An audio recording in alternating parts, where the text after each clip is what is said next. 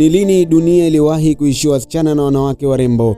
Ni lini dunia iliwahi kuwa na upungufu wa wanawake wazuri? Jibu ni hakuna. Kila siku wanazaliwa wasichana warembo. Msichana yule ni mzuri zaidi ya msichana yule, kwani Waswahili wana msemo wao, uzuri wa mtu uko kwenye macho ya mtu.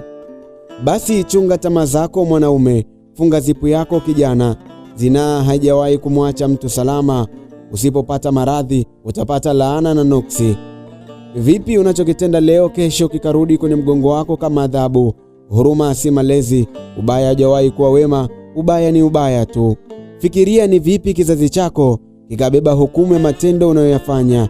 Jicho lako lisiwe na tamaa ya kutamani kuivua kila sketi inayosimama mbele ya macho yako. Chunga mwenendo wako, utazame upya ujira wako. Zingatia penzi la kweli, si kuambiwa unapendwa, bali ni kuhisi unempenda anakuamini zaidi ya upendo wake juu yako.